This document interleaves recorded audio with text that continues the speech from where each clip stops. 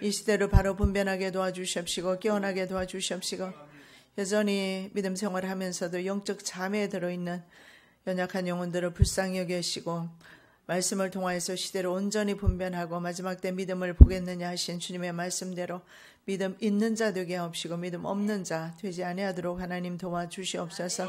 거룩하신 예수 그리스도 이름으로 기도드립니다. 아멘. 그 해석을 이제 보겠는데 그 내용이 바로 19절에서 26절의 내용입니다. 혼절한다시피 잠들어 버린 다니엘을 이렇게 세우시고 하나님께서 천사를 통해서 해석을 해주는 것은 바로 저와 여러분이 지금 세상이 어떻게 돌아가고 있는지 좀 깨어서 근신하며 정신 차리라고 주시는 말씀인 것 같습니다. 자, 19절 해석의 내용으로 들어가겠습니다.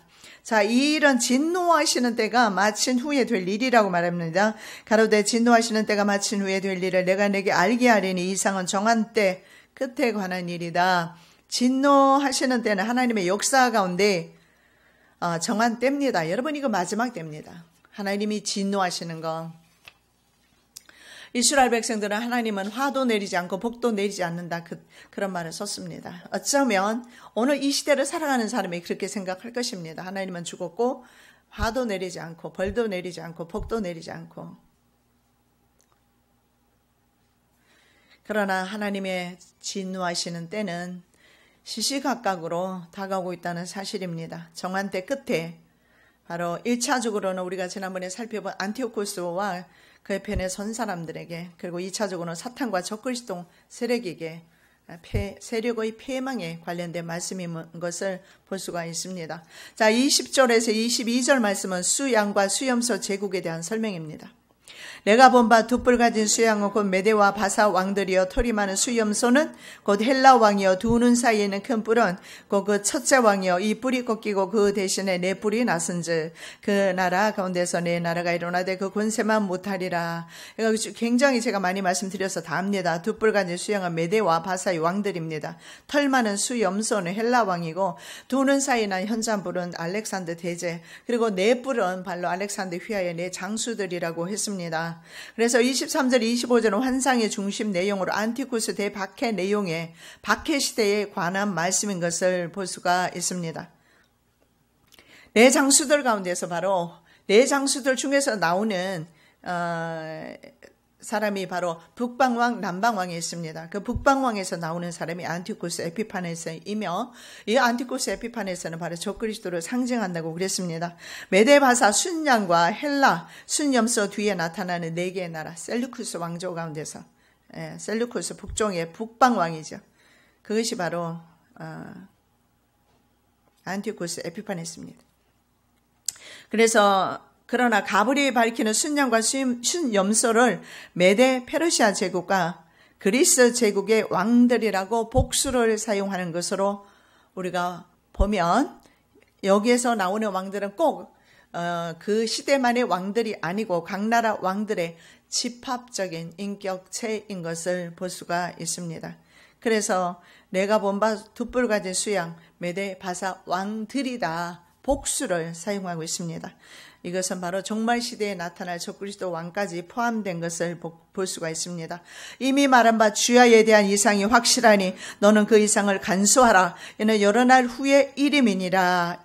계속해서 말씀하고 있어요. 여러 날 후의 일이다. 마지막 때 이건 일어날 일이다. 그래서 다니엘이 본 왕들을 우리가 굳이 오늘 살펴볼 이유가 뭐가 있겠는가? 바로 오늘의 왕들의 이야기를 하고 있는 겁니다. 예수께서 감람산 위에 앉으셨을 때 제자들이 종용이 와서 가로되 우리에게 이르소서 어느 때 이런 일이 있겠사오며 또 주의 임하심과 세상 끝에는 무슨 징조가 있습니까? 하고 질문해요.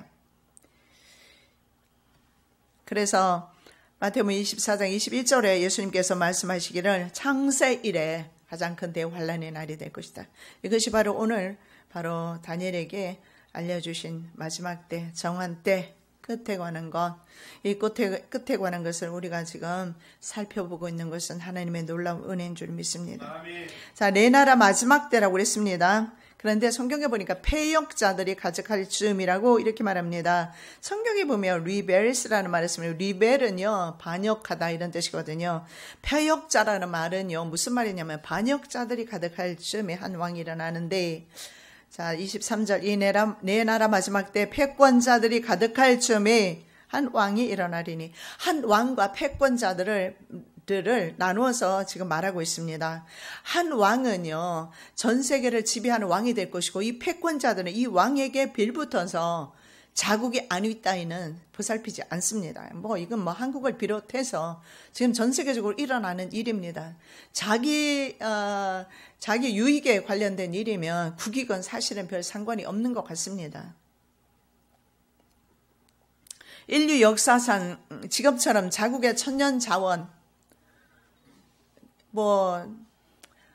남미라든가, 여러분, 아르헨티나라든가, 브라질, 그리고 베네수엘라, 이런 나라들, 다 될 수도 없는 수많은 나라들의 천년 자원이 얼마나 많았는지 몰라요. 이 천년 자원이 이 나라의 재앙이 된 것을 볼 수가 있습니다. 그 천년 자원을 다국적 그룹이 빼앗기 위해서 전쟁을 사용하거나 주로 사용한 것이 있어요. 그 독재자를 세웁니다. 독재자들에게 권세와 부를 주고 대신에 천년 자원을 가져가는 겁니다. 이거 딜입니다. 그래서 이것을 블랙 딜이라고 해요. 블랙 딜을 통해서 다 가져가요.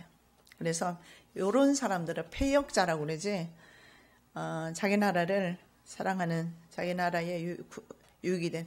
그래서 여러분, 벨사살을 기억하셔야 합니다. 벨사살이 하나님의 저울에 달려서 부족함에 베었다. 그래도 이방 왕들이지만 느부갓네살 왕은 사자의 용맹성을 가지고 있었어요. 그래서도 하나님의 목자라고 불림을 받으면서 하나님의 사역에 동참했고, 그래 왕답게 그래도 좀 사회 정의를 구현하려고 하고 도덕성을 좀 가지고 통치를 했던 왕인데, 지금은 도덕성 없습니다. 각 나라의 대통령도 도덕성 따위 찾지 마십시오. 사회 정의 없습니다. 그런 거 없어요. 그런 시대에 자기 좋으면 그만이에요. 그런 시대에 우리가 살고 있습니다. 그래서 자신의 권력만을 유지하기 위해서 독재자들이 이렇게 많이 나타났던 때가 인류 역사 가운데서 한 번도 없었어요. 그래서 패권자라고 성경에서는 그렇게 말씀하고 있습니다. 그래서 오늘날의 각국의 대통령들, 지도자들, 저는 그렇게 말합니다. 벨사살입니다. 왕의 저울에 달려서 부족함이 비었다. 우리나라에는 저는 두 사람을 인정합니다. 이승만 대통령, 민주주의 체제를 확립한 대통령입니다. 그리고 미국의 군사력을 이 땅에 끌어왔던 분이에요.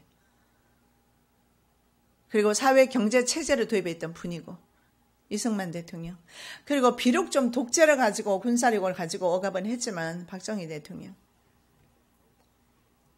그들만이 그래도 사회 정의를 그리고 자기 국민을 좀 잘 살게 해주려다가, 박정희 대통령 자기 국민 잘 살게 해주고 자국의 세를 좀 키워보려다가 암살당했지 않습니까? 지금 우리가 북한에 꼼짝하지 못한 이유가 뭐가 있습니까? 무엇 때문입니까? 핵 아닙니까? 핵 만들려다가 죽은 거잖아요. 핵물리학자도 암살당했고 지난번에 살펴봤잖아요. 이런 사람들은, 그래서 오늘날의 이 패역자들은 바로 하나님의 저울에 달려서 부족함이 비었던 사람입니다. 여러분, 우리 한번 베네수엘라를 예로 한번 보겠는데요. 한국 국토의 9배 면적을 가지고 있고 천년 자원이 굉장히 많고 경관이 얼마나 수려한지 지상 낙원으로 불려졌던 곳이고, 미녀들은 얼마나 많은데 미스 월드에 7번이나 미스 월드에 당선된 나라가 바로 베네수엘라예요. 그런데요, 지금 베네수엘라는요, 바로 이 패권자들, 성경에 나오는 바로 이 패역자들이 가득할 점에, 이 패역자들 때문에, 패역자들의 권력욕 때문에 지옥으로 변해버렸습니다. 불과 4, 5년 전까지만 해도 한번 인터넷 찾아보시면 나올 거예요. 석유 매장량이 전 세계 1위. 그리고 생산량은 세계 12위. 부강한 나라였고, 그랬는데 지금 살인 범죄율은 세계 1위. 먹고 살기 위해서 사람 죽이고 음식 뺏는 것입니다. 방법 없습니다. 인플레이션, 초인플레이션이 오면 그럴 수밖에 없습니다. 약탈, 강간, 시위가 끊어지지 않고 작년 1년 사이에 사람들의 몸무게 평균 12kg 이상 빠졌다고 합니다. 식량 대란, 의료 대란으로 나라를 탈출한 사람들이 20% 넘습니다. 우리는 삼면이 바다라서 북쪽은 북한이고 해서 도망갈 곳 없네요. 우리나라에 이런 경제 대란이 일어난다면 말입니다. 베네수엘라는 20%가 주변 국가로 탈출을 했어요. 베네수엘라 공항에 가면 자루를 준다고 합니다. 환전을 하면 우리나라 돈 가져가도 마찬가지지만 자루에 집어넣어야 된다고 합니다. 왜냐하면 볼리비아 화폐가 기능을 발휘하지 못하고 있습니다. 그래서 돈을 가져가도 살 것이 없습니다. 그래서 자신의 화폐로 가방을 만들어서 심지어는 자신의 돈을 가지고 그걸 가방을 만든대요. 자신의 그 돈, 베네수엘라 돈 가지고 그걸 가지고 수공예품 가방 만들어서 팔아가지고 생계를 이어갈 정도로 돈이 가치가 없습니다. 통장의 돈의 가치는 하락하고 생필품의 가격은 올라 휴지 한두 개, 소시지 한 개 사려면 한 달 봉급 다 틀어도 못 삽니다. 그리고 계산이라는 걸 안 해요. 지금은 우리가 돈 주고 계산하고 물건 받잖아요. 그렇죠? 지금은 돈 헤아려서 돈 주고 물건 산다고요. 근데 베네수엘라에서는 돈 주고 물건 못 사고 돈을 저울에 달아야 돼요. 돈의 가치가 없어서 돈은 휴지 조각이라는 거죠. 자, 베네수엘라 경제가 2014년 유가 하락과 동시에 무너지기 시작했습니다. 기름을 팔아서 번 돈으로 복지 정책에 다 쏟아부어서 국민들은 뭐 일도 할 필요가 없었어요. 그래서 정부 지출은 계속 마구막 늘려갔습니다. 복지 시설을 해야 되니까.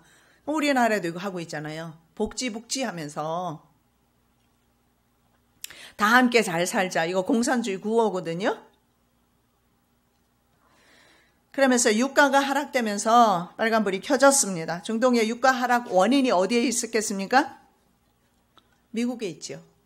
미국이 베네수엘라 제재한 것입니다. 경제 제재한 거예요. 그래서 앞으로 베네수엘라 경제 제재가 더 이루어진답니다. 그래서 북한도 아마 경제 제재만 계속 있어지면 항복하게 될 겁니다. 그래서 베네수엘라가 경제 제재가 어떻게 이루어졌느냐, 유가가 왜 하락이 되었느냐, 미국에 석유가 없어 세일가스가, 세일 오일이 나온 게 아니에요. 세일 오일이 있는 것은 알고 있었어요. 국제 유가를 잡기 위해서 미국에서 세일 오일을 생산해내는데, 세일 오일은 뭐냐면 일반 오일이랑 틀려서 굉장히 깊숙이 들어가야 돼요. 그거는 정말 최첨단 기계가 없으면 들어갈 수가 없는데, 러시아에도 많이 있지만 그런 첨단 기기가 없어서 러시아는 개발을 못한다고 그래요. 중국도 마찬가지고. 근데 미국은 그것을 개발을 합니다. 채취를 합니다. 석유를 파내죠. 그렇게 해서 그 당시에 막 배럴당 뭐 120달러, 80달러 막 이런 것을 배럴당 얼마까지 낮춰버리냐면 50달러까지 낮춰버려요. 그래서 중동의 석유가 붕괴되기 시작한 거예요. 왜냐하면 중동에서 석유 가격은요, 여러분 좀 이걸 이해해야 되는데, 전 세계에서 모든 물건을 통용할 수 있는 돈은 미국 달러밖에 없어요. 뉴질랜드 달러, 뭐 다른 달러들이 있지만 미국 달러밖에 없어요. 미국 달러로만 다 결제가 이루어져요. 그렇기 때문에 여러분 한국 돈 가져가서 어디 돈 내봐요. 누가 받는가? 한국에서만 인정하는, 한국 정부가 예를 들어서 조폐 뭐 개혁해버린다. 그것도 종이 조각인 것이 돈이에요. 그래서 미국에서 달러 가격을 페트라를 달러라고 합니다. 원유 계산하는 달러를, 미국 달러죠. 페트라 달러라고 하는데, 페트라 달력을 배격하고 자기네들끼리 주거니 받거니 했어요. 그러다가 이제 나중에 미국에서 세일 오일을 생산하면서 원유 가격을 잡아버렸습니다. 우리나라도 당장에 그러면 배럴당 120불 하는 거 사겠습니까? 50불 하는 거 사지? 그게 시장 경제라는 겁니다. 자유시장 경제. 그래서 바로 중동의 석유가 몰락하기 시작합니다.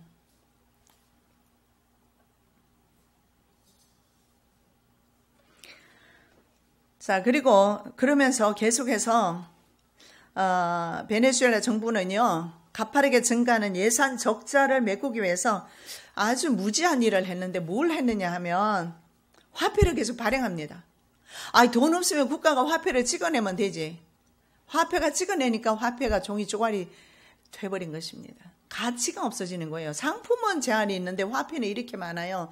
도표를 한번 보십시오. 베네수엘라 물가 상승률 한번 보십시오. 이거 올해입니다. 올해. 1월부터 7월까지 도표가 보면 7월 이후에 물가가 가파른 상승, 7월 달에 직선으로 그냥 올라가 버렸어요. IMF에 의하면요, IMF가 발표한 것입니다. 올해 말까지 베네수엘라 물가 상승률이 100만 %. 거의 미친 수준입니다. 그러니까 사람들이 살기 위해서 다른 사람을 죽일 수밖에 없는 거예요. 이게 어떻게? 바로 미국이란 나라의 경제 제재와, 그러니까 미국에서 다 전 세계 경제, 군사력 다 장악합니다. 어쩔 수 없어요. 우리 같은 사람도 이렇게 세계를 읽을 수 있는데 제발 우리나라 위정자들이 배지 달고 뭐 하는 겁니까? 국회의원들이 월급이 얼마입니까? 1억씩입니까? 엄청난 돈을 받아고 국회의원 숫자는 왜 그렇게 많습니까? 그렇게 월급 받아 먹으면, 그 정도로 국민의 혈세 가지고 먹으면 우리나라 국익을 위해서 일해야죠. 그러면 난 말할 거야. 너네 나라 아니지 않느냐고 나한테 그렇게 말하겠죠? 난 미국 시민권자니까. 난 여전히 그래도 한국 피가 있어서 한국을 사랑해서 드리는 말이에요. 미국 경제 제재 아무 어떤 나라도 못 당합니다. 한국에 대해서 미국이 지금 경제 제재를 고려하고 있는 상황에서도 아직도 정신 못 차린다면, 여러분, 베네수엘라 우리 정신 안 차리면, 우리 교회가 정신 안 차리고 내가 정신 안 차리면 베네수엘라 곧 갑니다. 우리도. 그러면 여러분이 돈 있다고요? 100만 불 가져가면, 예를 들어서 1000만 원 가져가면 휴지 하나 살 수가 있어요. 그럼 돈이 무슨 소용이 있어요? 그러니까 그 나라에서는 돈 가지고 뭐 만들어요? 수공예품 만들어가지고 외국 사람한테 팔아먹고 살잖아요. 외국 사람들 오면. 돈으로 된 거. 돈 가방이에요, 그게.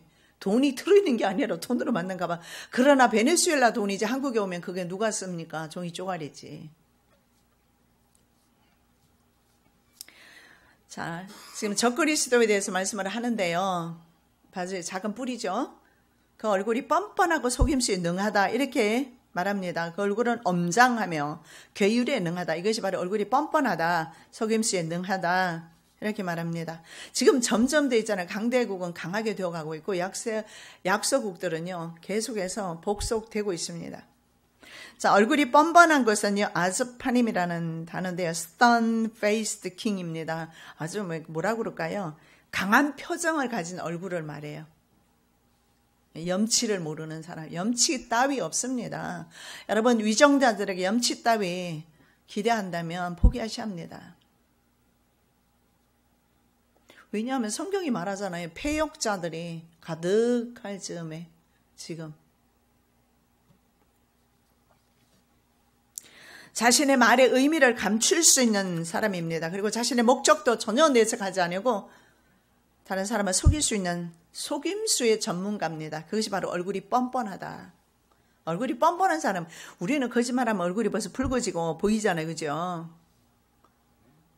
여러분은 잘 속이나 봐요?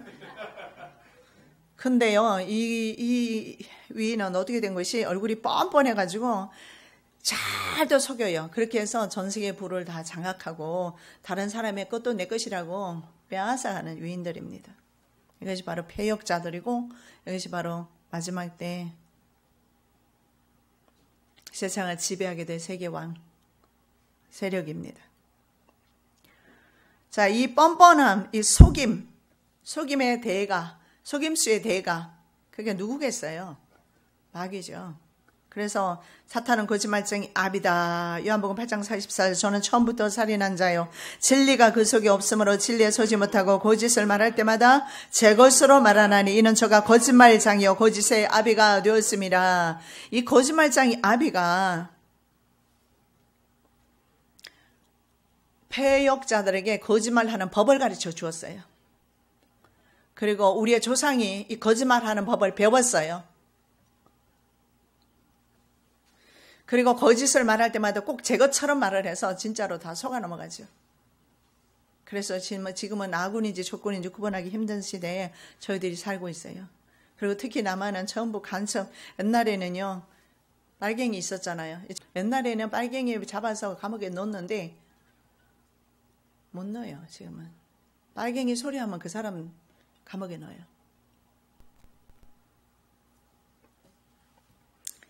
자, 예, 권세가 강한데요, 자기 힘으로 말미암은 것이 아니다. 지금 우리가 성경에 있는 성경 역사 배우는 게 아니고 오늘 우리 역사 지금 배우고 있습니다. 오늘 지금 이 전 세계에서 일어나고 있는 나라들의 역사를 보고 있는 거예요. 권세가 강하지만 자기 힘으로 말미암은 것이 아니다. 여러분, 이 마지막 권세, 세계 왕의 권세는요, 자기 힘으로 말미암은 거 아니에요. 24절, 그 권세가 강할 것이나 자기 힘으로 말미암은 것이 아니면 그가 장차 비상하게 파괴를 행하고 자유로 형통하며. 누구에게서 왔습니까? 사탄에게서 왔지요. 세계 역사 가운데 나타난 제국들의 권세 뒤에는 언제나 사탄의 세력이 있었습니다. 사람들을 사용한 거죠. 그게 바로 계시록 13장 2절과 4절에 나와 있습니다. 내가 본 짐승은 표범과 비슷하고 그 발은 곰의 발 같고 그 입은 사자 입 같은데 용이 자기의 능력과 보좌와 큰 권세를 그에게 주었더라. 바로 사자와 그리고 곰과 표범의 능력을 다 가지고 있습니다. 그것은 바로 헬라와 로마와 바벨론의 페르시아의 능력을 다 가지고 나타나는 마지막 세계왕이 되겠죠. 그래서 많은 강한 자들, 각국의 심지어는 권력자들이까지도 적그리스도의 편에 서게 된다는 것을 보여주고, 패역자들이 그들 편에 서잖아요. 안 서고 싶어도 어쩔 수 없어요. 힘이 없지 않습니까?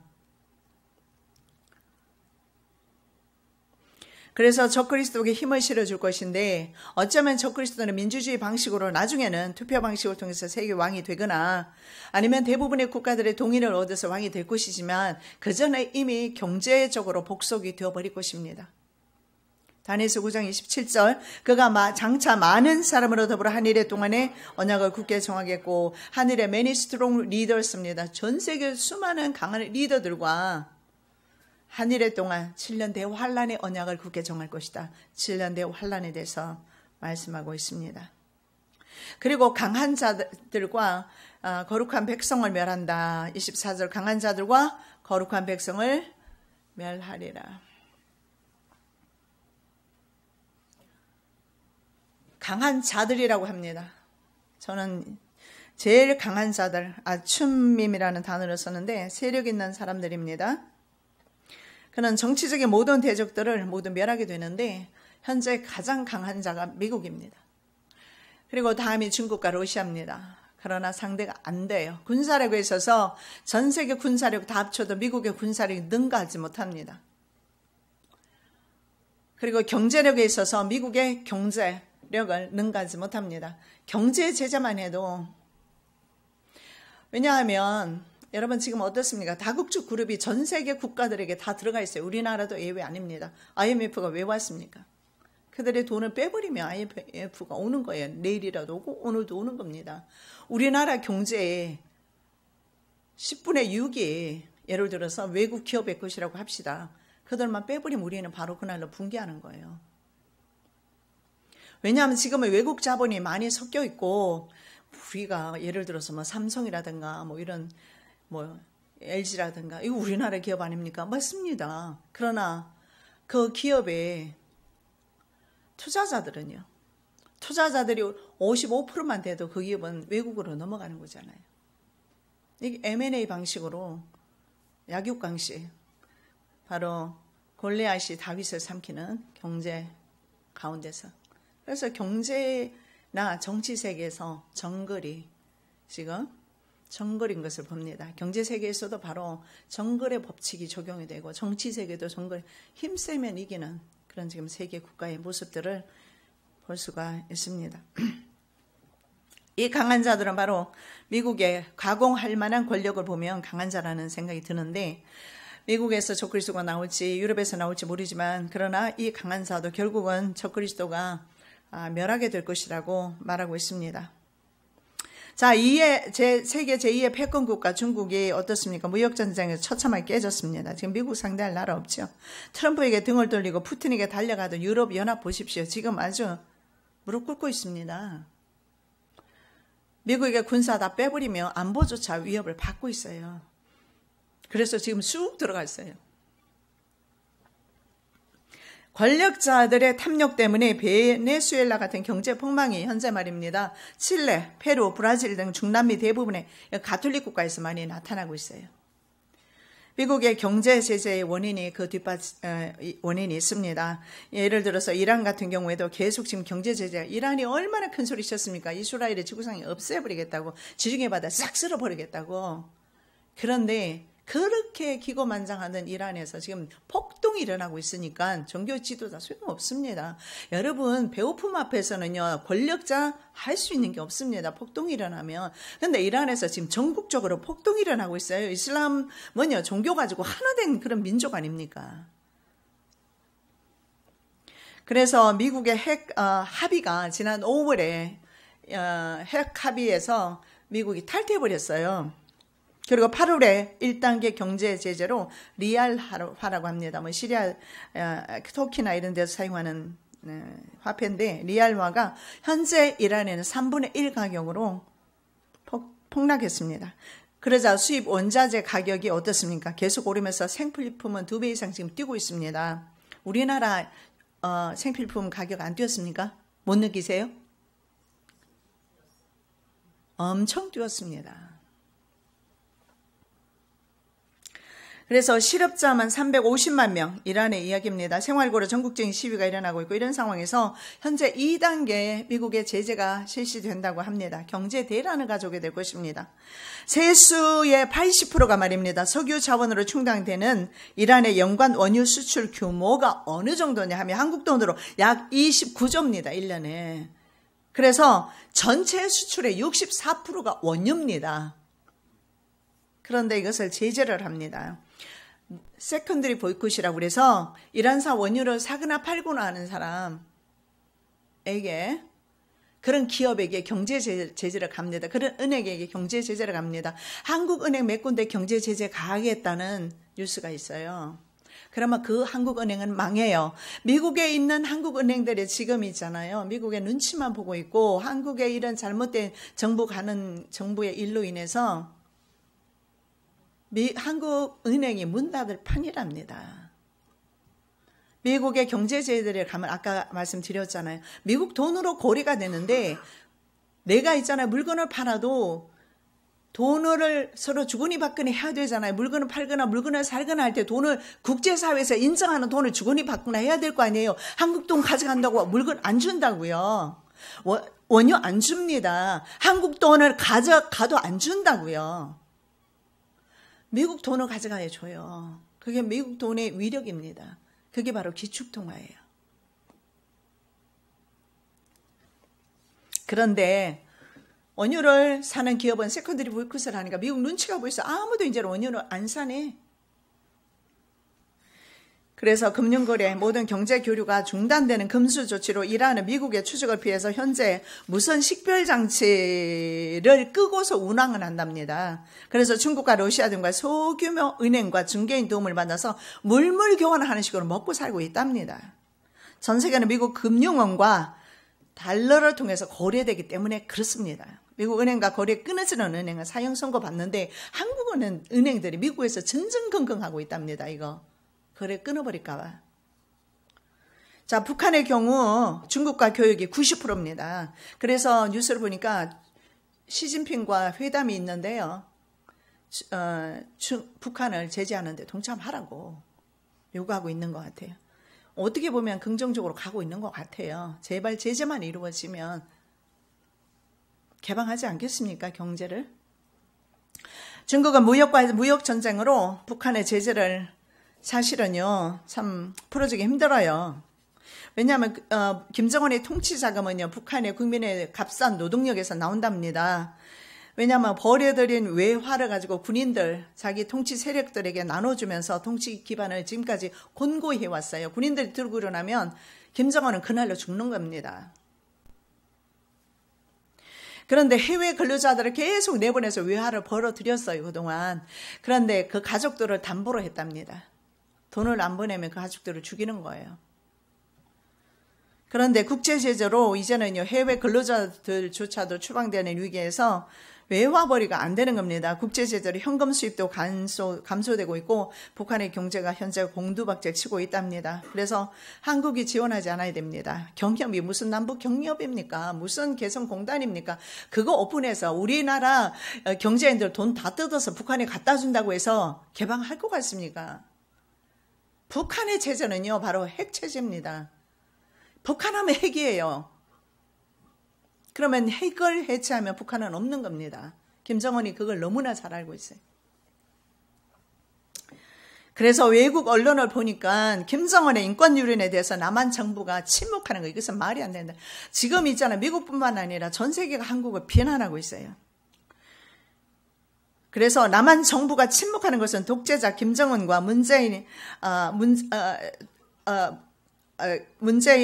바로 북한 정권을 돕는 것과 같다는 겁니다. 오히려 도와주고 있다는 거예요. 그리고 왜 한국에, 서울 시내 말입니다. 거기에 문재인 사진과 김정은 사진이 나란히 붙어 있느냐는 거예요. 이거 외국 뉴스도 그러면서 이렇게 말해요. 문재인은 김정은의 홍보 요원이다. 북한의 평화소 안에 있는 인권 문제가 심각하다. 앞에는 쇼, 평화쇼 하지만 뒤에는, 그래서 지금 계속해서 있잖아요. 지금 북한 유엔 인권단체가 북한에 사찰하겠다. 북한 재판에 끌어내 오겠다. 지금 아주 난리도 아닙니다. 오히려 저는 감사해요. 북한 전 세계에서 일어나 주는 것이.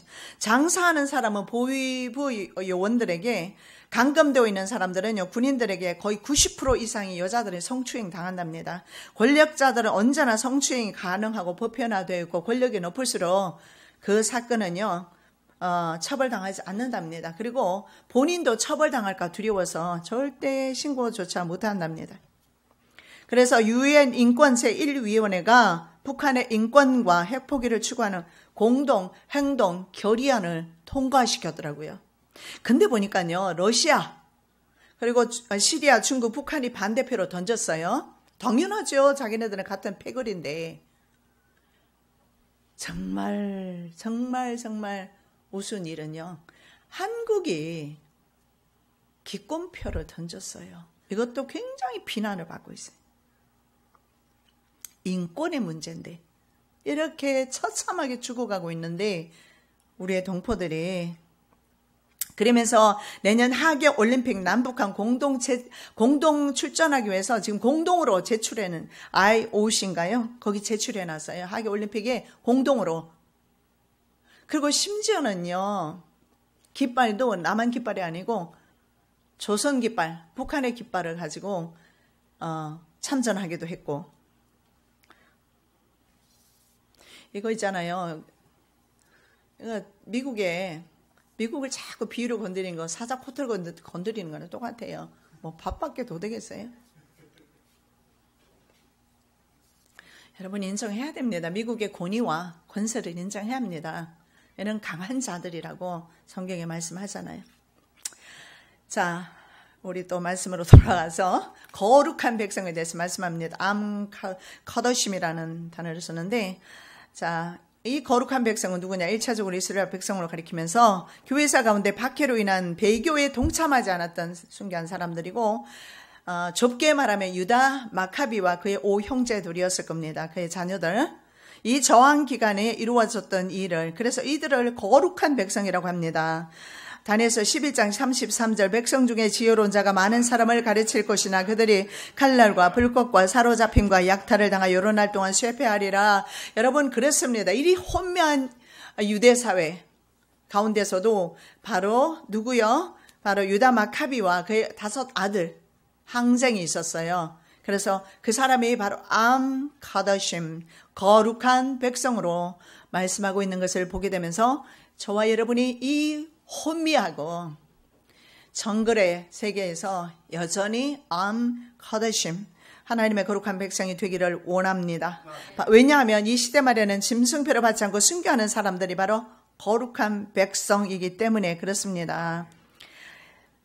심판의 보좌가 베풀어졌습니다. 보니까 예수의 증거와 하나님 말씀 때문에 목배임을 당한 자들이 나오죠. 그 영혼들과, 그리고 또 한 부류가 있습니다. 뭡니까?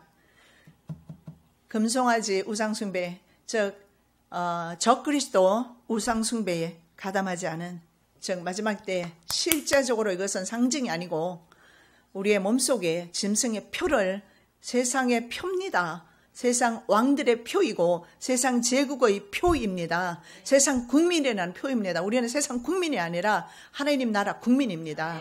이것 받은 사람, 이런 사람은 거룩한 백성에 참여할 수가 없습니다. 그리고 25절에 보니까 평화로운 때에 많은 무리를 멸한다고 말씀합니다. 그가 꾀를 베풀어 제 손으로 괴유를 이루고 마음에 스스로 큰 채하며 또 평화한 때에 많은 무리를 멸하며. 이건 민주주의 국가 아니겠습니까? 평화한 때 언제 있었습니까? 그리고 전 세계 역사를 보면 한 번도 전쟁이 없었던 역사가 없었는데 1945년 우리가 해방되고 2차 세계대전 끝나고 물론 지역적으로 전쟁이 있었지만 세계 전쟁이 없었던 때는 거의 70년 지금밖에 없습니다. 바로 평화로운 때입니다. 이때에 바로 적그리스도가 나타난다는 것입니다. 자유주의 시대 평화를 누리며 사는 때 적그리스도 세력들은 많은 사람들을 줄입니다. 어쨌든 예수 믿지 않는 분이 저한테 그래요. 그 성경에서 말하는 지금이 마지막 때인가요? 예수님 다시 오시는데 언제 오시냐 묻더라고요. 그래서 전 몰라요. 성경에 모른다고 했어요. 그러나 무화과나무 잎사귀가 무성해지면 그때라고 했는데 성경에서 증거하는 것들을 보면 마지막 때인 것 같습니다. 지금 현재 그들은요 많은 무리를 멸하는데 여러분 아시겠지만 그레이트 컬링이라고 해서 인구의 대부분의 많은 사람을 죽였는데 아까도 봤지만 5천만 명 그 잠깐 모택동 시대에 죽였던 사람들이 그 사람이지만요. 전 세계적으로 히틀러가 죽인 사람은 얼마이며 기독교 국가에서 십자군 전쟁을 통해서는 그동안 얼마나 많은 사람을 죽였습니까? 그러나 많은 사람들이 정근대에 죽었지만 현대에 들어와서 1차 세계대전, 2차 세계대전에서 죽은 사람들이 최고로 많습니다. 많은 사람을 멸했고 그래도 지금 인구가 너무 많아서 폭발적으로 인구 증가가 이루어져서 70억입니다. 그래서 신세계 정부주의자들은 인구를 좀 줄여야 되겠다. 5억 명으로 줄이는 계획입니다. 그레이 컬링이죠. 그걸 준비하고 있어요. 그건 어떻게 올까요? 전쟁을 통해서 전염병을 통해서 오게 될 것입니다. 자, 25절 만왕의 왕을 대적한다. 스스로 서서 만왕의 왕을 대적할 것이나. 예. 근데 시편의 말씀에 기록되어 있죠.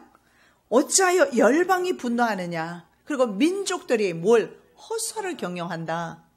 세상의 군왕들이 나서고 관원들이 서로 꾀하여요. 지금 다 한 통속이 되어 있어요. 자기 배만 채우고 있잖아요. 여호와와 그 기름 받은 자를 대적하며 우리가 그 맨 것을 끊자. 결박을 벗어버리자. 그게 바로 신세계 정부입니다. 뉴 에이지 운동과 같아요. 뉴 에이지 무브먼트, 뉴 에이지 월드, 그리고 뉴 월드 거버먼트 다 똑같잖아요. 우리나라 신천지 다 똑같지 않습니까? 같은 통속이 한 통속. 그들이 하는 것이 뭐예요? 그리스도를 끊자. 구시대는 뭐예요? 구시대 전체는 거의 기독교 시대를 말해요. 기독교 시대 끊어버리자. 뉴에이지, 새로운 왕을 맞이하자. 그 새로운 왕이 누굴까요? 자, 사람의 손이 아닌 것에 의해서 그 권세 깨어집니다. 그가 사람의 손을 말미암지 않고 깨어지리라. 다니엘서 2장 35절 때 철과 진옥과 녹과 은과 금이 다 부셔져 여러 타작 마당에 교같이 되어 바람에 불려 간 곳이 없었고 우상을 친 돌은 태산을 이루어 온 세계에 가득하였나이다. 분명히 성경 말합니다. 세상 권세 다 깨어집니다. 세상 권세 붙어가지고 좀 빌붙어서 조금 목숨 연장하고 비굴하게 살지 말고 깨끗하게 깔끔하게 주님 앞에 붙어 삽시다. 아멘. 그렇다고 해서 우리에게 권력 줄 사람도 없고요. 돈 줄 사람도 없고요. 어차피 우리는 떼부자 안 될 것이고 권세도 잡지도 못할 것이고 그냥 이렇게 살 것입니다. 그렇다면 깨끗하게 세상 포기하자고요. 아멘. 포기하고 주님께 붙어야죠. 아멘. 주님 편에 서야죠. 우리는 다니엘 살던 시대보다 여러 날 후 종말에 살고 있습니다. 다니엘은 오늘날 일어날 일을 예언하고 있습니다. 이미 말한 바 주야에 대한 이상이 확실하니 너는 이 이상을 간수하라. 이는 여러 날 후의 일입니다. 확실하니. 기도드리겠습니다. 사랑의 예수님 감사드립니다. 확실한 주님의 하실 일들을 저희들에게는 말씀해 주셔서 그리고 저희들에게는 깨닫는 은혜를 주셔서 감사합니다. 세상에 붙지 않게 도와주시고 세상 쫓지 않고 세상 깨어질 때 우리도 깨어지지 않게 도와주시고 주님 편에 섰을 때 영생을 취하는 저희들 되게 도와주시옵소서.